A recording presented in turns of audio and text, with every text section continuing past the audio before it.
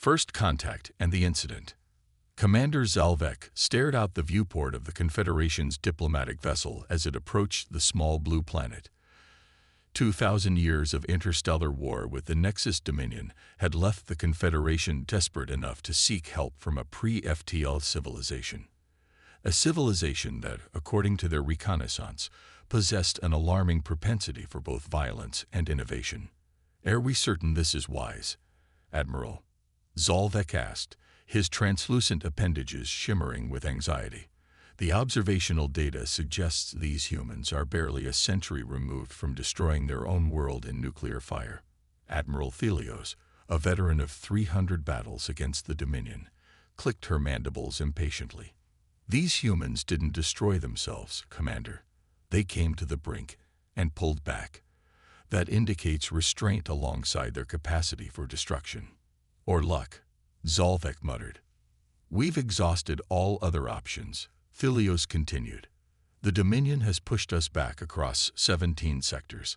Our remaining colonies are on the verge of collapse.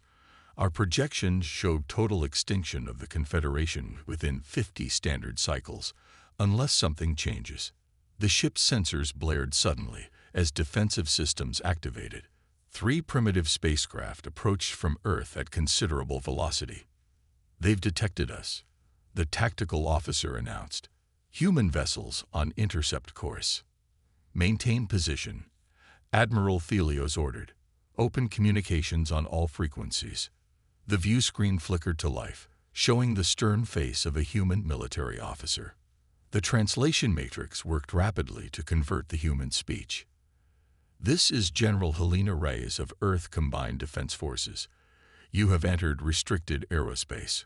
Identify yourselves immediately." Thelios stepped forward. "I am Admiral Thelios of the Galactic Confederation. We come in peace, seeking dialogue with your leaders." General Rice's expression remained impassive. "You're the 3rd alien delegation to approach Earth this month. The Nexus Dominion representatives made similar claims before attempting to establish a military outpost in our asteroid belt." Thelios's eye stalks quivered in surprise. "The Dominion has contacted you. Both sides in your war have approached us," Rise replied coolly. "Both claiming to represent peace and civilization, while asking for our assistance against a tyrannical enemy. From our perspective, you're 2 expansionist empires fighting over territory, with little regard for the civilizations caught in between." "That is not accurate," Zalvek protested. "The Dominion seeks to—" "We've studied the transmissions we've intercepted," Rise interrupted. 2,000 years of war doesn't happen without fault on both sides. Earth has decided to remain neutral."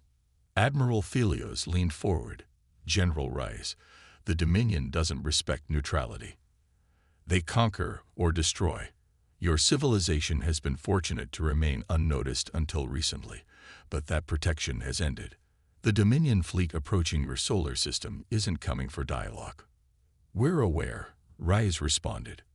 "Our deep space monitoring detected their battle group 3 days ago, which is precisely why we've been enhancing our defenses rather than picking sides in an alien conflict." The communication ended abruptly as alarms blared throughout the Confederation vessel. "Multiple hyperspace ruptures detected," the tactical officer shouted. "Dominion warships emerging throughout the system." Thelios watched in horror as 47 Dominion battlecruisers materialized in Earth's solar system. Far more than intelligence had suggested were in this sector. "They've committed their reserve fleet," Thelios whispered.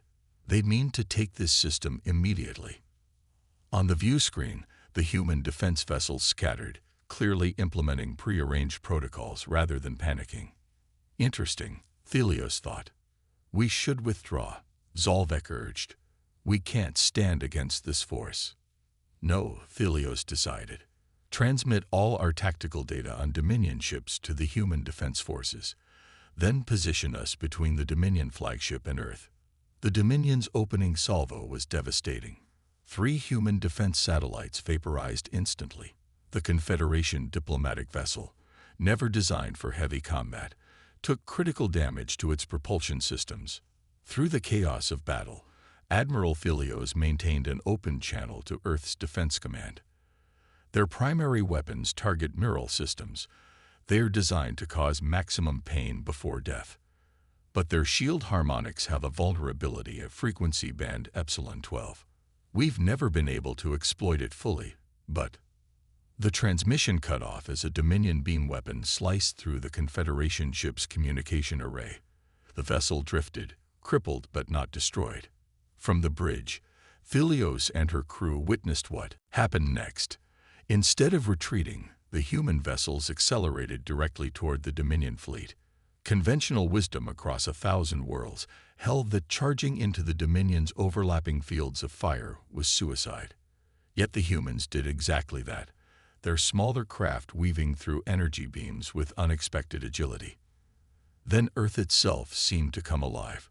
Thousands of previously undetected weapon platforms activated from beneath oceans, from polar regions, and from artificial satellites that had appeared dormant. The counterattack was coordinated with precision that startled even the battle-hardened Confederation observers. But the true shock came when a Dominion dreadnought targeted Earth's largest population center with its main planet killer cannon.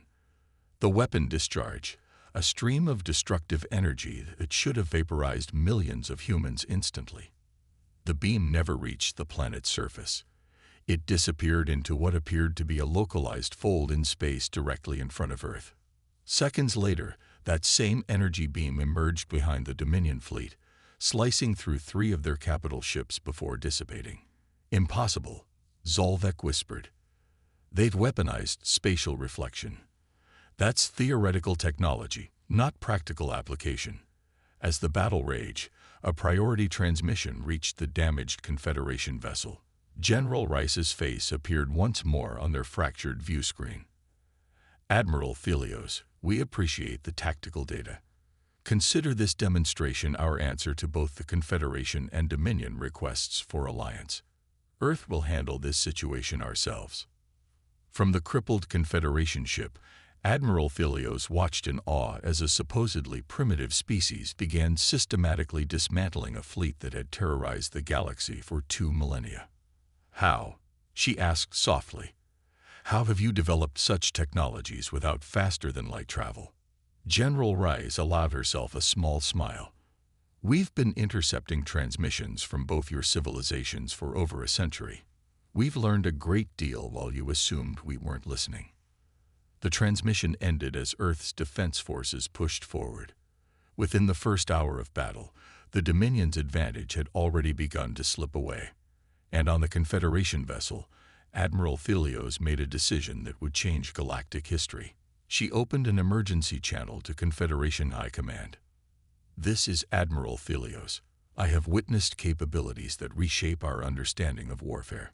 I strongly recommend full disclosure of all Confederation military capabilities to the humans of Earth, and immediate formal recognition of Earth as a sovereign galactic power." "On what grounds?" came the incredulous reply. "On the grounds that if we don't treat them as equals now, we may soon find ourselves treating them as superiors," Philios answered, watching as another Dominion dreadnought crumpled under Earth's assault. "And request reinforcements to this system immediately. I believe we're about to witness the end of the Dominion's expansion, and I want the Confederation to be part of this historic moment." On the planet below, humanity prepared to fully enter a war that had raged for millennia. High above, the Dominion commanders realized too late that they had catastrophically underestimated this supposedly primitive species. The 5-hour countdown to the end of the longest war in galactic history had begun. Human ingenuity unleashed. Supreme War Director Kravnox of the Nexus Dominion slammed his armored appendage against the command console, shattering its crystalline surface. The tactical display flickered but maintained its devastating report. 30% of his Vanguard fleet destroyed in the first 40 minutes of engagement. "Impossible," he snarled at his cowering subordinates. "These humans were supposed to be pre-interstellar primitives. How are they countering our phase-shifted weaponry?" His tactical officer, wisely maintaining distance from his enraged superior, offered a theory. "The Confederation vessel transmitted data to them before we disabled it. They may have." The Confederation has had our tactical specifications for centuries without developing effective countermeasures. Kravnox interrupted. This is something else entirely. On the central view screen, another Dominion warship erupted in flames as its antimatter containment fields collapsed.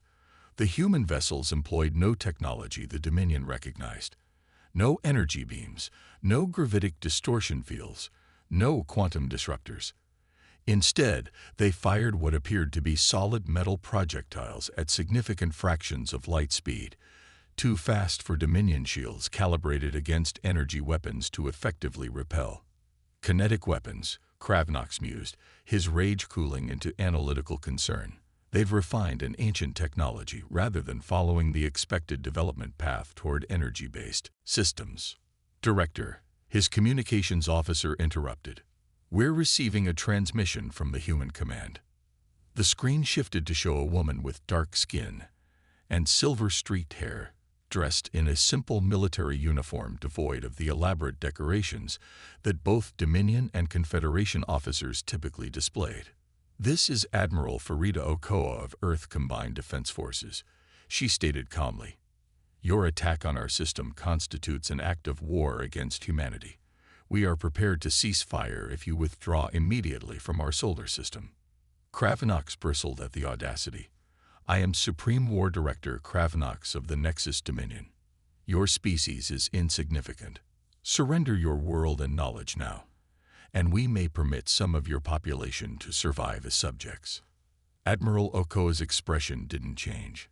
You misunderstand the situation. Director, this isn't a negotiation. It's a courtesy notification. You have 20 minutes to begin withdrawal before we escalate our response. The transmission cut abruptly. Kravnox turned to his strategic analysis officer. What do they mean by escalate? They've already committed their defensive forces. Before an answer could be formulated, sensor alarms blared across the bridge. Multiple anomalies detected throughout the fleet. The sensor officer reported, panic evident in his voice. Internal systems are reporting. Director, something is materializing inside our ships. Throughout the Dominion fleet, small devices suddenly appeared in critical systems compartments. Engineering sections, weapon control centers, bridge command areas. Not delivered by any detectable means, they simply phased into existence past all defensive barriers. On the flagship's bridge, Kravnox stared at the small cylindrical device that had appeared on the navigation console. It emitted a soft blue pulse as a holographic human figure, miniature but perfectly formed, projected from its top. This is Dr. Eliza Chen, Earth Quantum Physics Division, the tiny figure announced. Your vessels are now equipped with our quantum entanglement disruptors. They cannot be removed or disabled through any technology currently available to either the Dominion or Confederation. Kravnox lunged forward to crush the device, but his armored claw passed through it as if through mist. This is merely a holographic projection. Dr. Chen continued, seemingly addressing his specific action. The actual device is phase-shifted slightly out of conventional space-time, a technology we developed after studying the wreckage of your scout ship that violated our Mars perimeter last year. Throughout the Dominion fleet, identical messages played on every bridge and command center. In precisely 15 minutes, these devices will activate, permanently disabling your propulsion and weapon systems by collapsing their quantum field coherence. Your life support and basic navigation will remain functional, allowing you to limp home with news of your defeat. As the hologram disappeared, Kravnox turned to his executive officer. Contact Central Command. Request immediate reinforcement. Communications are being jammed, came the reply, and our hyperspace generators are detecting some form of interference. We cannot establish a jump point. For the first time in his 300-year military career, Supreme War Director Kravnox felt the cold touch of fear. Back on Earth, in the underground Strategic Command Center beneath the North American continent, Admiral Okoa watched the battle unfold with her international command staff. Quantum entanglement devices successfully deployed to all Dominion vessels, reported General Zhao of the Asian Alliance. Phase 2 ready to implement on your command. Ocho nodded. And the Confederation vessel? Still disabled but life support functional, replied Colonel Santiago. Their admiral continues to transmit tactical data on Dominion fleet configurations. It's consistent with what we've already gathered through our own means, which suggests they're being truthful. Or they only know what we already know, Field Marshal Okonkwo countered. Either way, their contribution is minimal at this point. Admiral Oko studied the tactical display. Let's proceed with Phase 2 and prepare a diplomatic team to make contact with the Confederation leadership. If we're going to end this war permanently, we'll need dialogue with both sides. Across the solar system, Earth's response continued to unfold with precision that belied their supposed technological inferiority. From bases on Mars, Europa, and Titan, colonies whose existence neither the Dominion nor Confederation had detected, human ships emerged. Not the defensive vessels that had engaged in the initial skirmish, but larger craft clearly designed for offensive operations. Aboard the crippled Confederation diplomatic vessel, Admiral Thelios watched in astonishment. They've had interplanetary colonization for decades at minimum, she murmured to Commander Zolvek. They concealed their development from both our civilizations while monitoring our war. But why? Zolvek asked. They could have expanded beyond their system, established connections with other neutral worlds. Thelios of eye stalks swiveled toward her subordinate, because they were preparing. Look at their ship designs. Those aren't exploration vessels hastily converted for defense. Those are warships built specifically to counter both Dominion and Confederation technology. As if confirming her assessment, the human vessels demonstrated capabilities that stunned observers from both alien civilizations. They didn't rely on traditional sublight propulsion, instead appearing to fold space around themselves in controlled bursts, jumping instantly from one tactical position to another without the cumbersome calculations normally required for such precision spatial manipulation. Their weapon systems were equally confounding. Some ships fired conventional projectiles accelerated to relativistic speeds. Others deployed what appeared to be localized singularities that selectively pulled apart Dominion vessels along structural weak points, points that should not have been known to an outside species. Most disturbing to the watching. The 5-hour victory. First Archon Velisar of the Confederation's Supreme Council stared at the holographic reports flooding in from across the galaxy with a mixture of disbelief and dawning horror. The council chamber, normally a place of measured deliberation, had descended into chaos as updates from multiple sectors arrived simultaneously. The humans have deployed forces to Sector Epsilon 9, one counselor reported. The Dominion's primary shipyard at Helios Prime has gone dark. Confirmation from Sector Gamma 3. Another added. The Strategic Command Center on Vicarious has surrendered without firing a shot. They claim the humans simply appeared inside their fortress. Velisar raised his 7-fingered hands for silence. What of our own military installations near human space? Have they made any hostile moves against Confederation assets? The military liaison, a grizzled veteran of 3 centuries of warfare, consulted her datapad. No, Archon. They appear to be systematically targeting only Dominion military infrastructure. However, she hesitated. Speak freely. Commander, Velisar urged. They're bypassing our defensive networks as if they don't exist.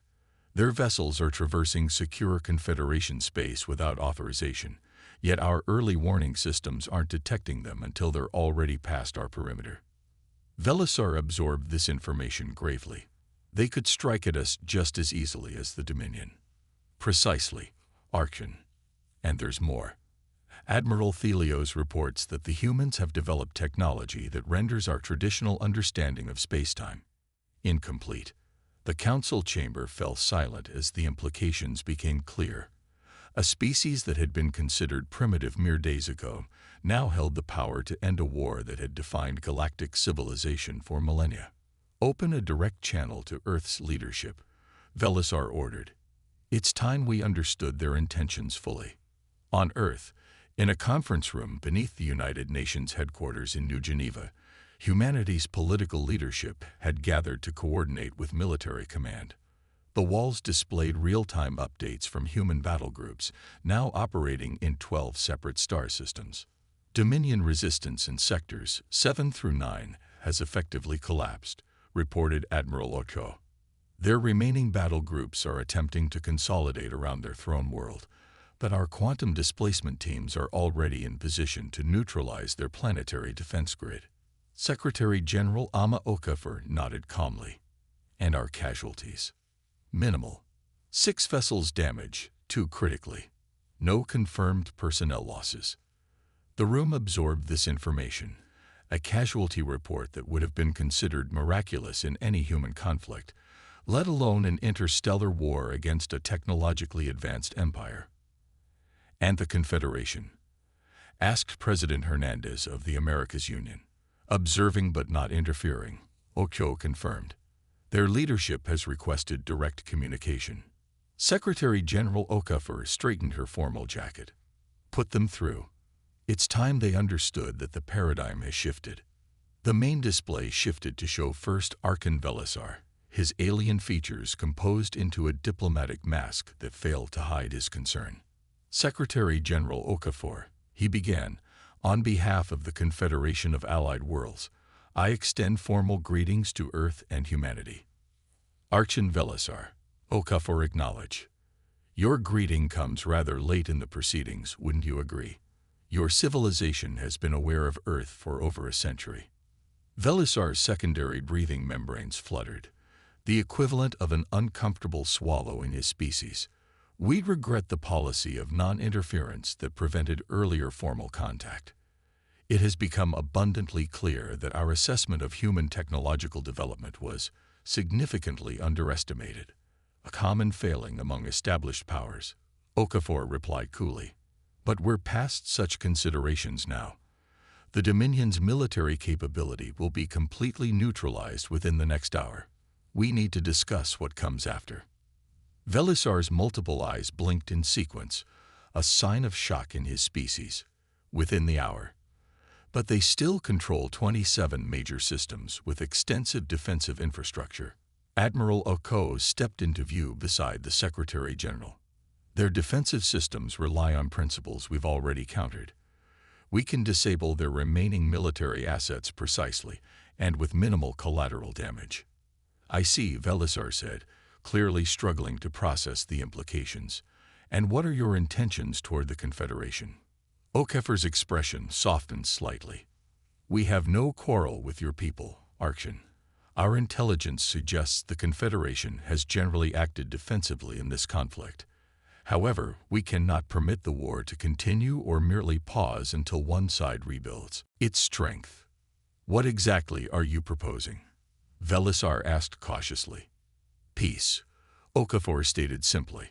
Not an armistice or ceasefire, but permanent, enforced peace. Earth will establish monitoring outposts throughout former conflict zones. Any attempt by either the Dominion or Confederation to rebuild military capacity beyond defensive requirements will be met with immediate intervention. You're proposing to become the galaxy's peacekeepers, Velisar observed. Many would call that imperialism. We're proposing to break a cycle of destruction that has claimed trillions of lives over 2 millennia. Okafor countered. Call it what you will, but the era of Confederation-Dominion warfare ends today. As their conversation continued, human forces executed the final phase of their operation. Specially equipped vessels emerged from quantum tunnels directly above key Dominion command worlds. Rather than weapons, they deployed communication arrays that bypassed all security measures, broadcasting directly to the civilian populations below. The message was simple. The Dominion military had been defeated. The war was over. And reconstruction aid from Earth would begin immediately for all worlds that accepted the new peace accords. In the Dominion throne room on Callus Prime, Supreme Emperor Exal Thran received the human delegation with barely contained fury. His personal guard, genetically engineered for absolute loyalty, surrounded the 3 human representatives who had somehow materialized inside the most secure facility in Dominion space. You dare to enter the sacred throne chamber uninvited. the Emperor hissed, his ceremonial battle armor creaking as he rose to his full 3-meter height. Dr. Mira Patel, Earth's chief diplomatic officer, looked remarkably unconcerned. Emperor Xalfran, we come with respect for your position and your people, but the military situation is non-negotiable. Your forces have been neutralized across 23 sectors. The Confederation has agreed to our peace terms. Only the Dominion's formal acceptance remains. I will never surrender to primitives, the Emperor declared, signaling his guards to advance. The chief of the human security detail, a compact woman who had not spoken until now, raised her hand slightly. The guards froze in mid-step, their armored bodies held immobile by an invisible force. That's not actually the choice before you, she said quietly. You can recognize the peace as Emperor, or we can communicate directly with your planetary governors, many of whom have already reached out secretly to accept our terms. The Emperor's multifaceted eyes widened. Treachery. Survival, Dr. Patel corrected. Your people are weary of endless war. They've endured rationing and martial law for generations, while your military consumed the Empire's resources. We're offering reconstruction, open trade, and protection. Protection we've demonstrated we can provide, added the third human, an older man who introduced himself simply as the technological liaison. The same technology that allowed us to appear in your throne room can shield your worlds from any future threat. The Emperor sank slowly back onto his throne, his exoskeleton clicking softly as the implications became clear. You've already won their hearts. We'd prefer to work with existing power structures where possible, Dr. Patel said diplomatically. Your experience in governance would be valuable during the transition period. As the negotiations continued in the Dominion throne room, similar scenes played out across the galaxy. On the Confederation capital world, First Archon Velisar signed formal peace accords with human representatives. In former contested zones, Earth vessels began deploying automated restoration systems to repair planetary damage caused by centuries of conflict. Exactly 5 hours after Earth forces had first engaged the Dominion fleet in the Sol system, Secretary General Okafor addressed a united Earth from the General Assembly Hall. Today, humanity has taken its place among the stars not through conquest, but by ending the longest-running conflict in known galactic history. The war between the Confederation and the Dominion has consumed countless lives and resources for over 2,000 years. It ended in 5 hours once Earth became involved. She paused, her expression solemn. This was not a victory of weapons, though our technology proved decisive. It was a victory of perspective. While these ancient civilizations remained locked in cycles of escalation and retaliation, humanity took a different path. After nearly destroying ourselves in the last century, we united behind a simple principle: never again. Screens around the world showed images of Earth vessels delivering medical supplies to war-torn worlds, of human engineers working alongside alien specialists to restore damaged ecosystems. We developed our technology in secret not out of fear or aggression, but because we recognized that the galaxy needed a circuit breaker, a force that could step outside the binary conflict that had become normalized. Today marks not the beginning of human galactic dominance, but the end of a paradigm where dominance was the only concept these civilizations understood. In the observation gallery, representatives from both the Confederation and Dominion watched silently, their ancient enmity temporarily set aside as they contemplated a future neither had imagined possible. The peace we've established will require vigilance, Okafor continued. Earth will maintain its defensive capabilities and our monitoring outposts throughout former conflict zones. But our primary focus now turns to reconstruction, to healing wounds 2 millennia in the making.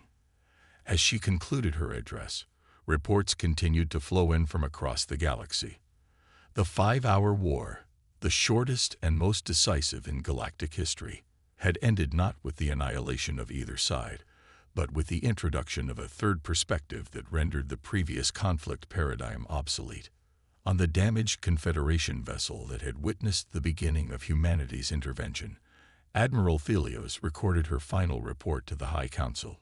We sought the humans' help, believing they might tip the balance in a war we fought for generations. Instead, they showed us that the entire premise of the conflict was our failure of imagination.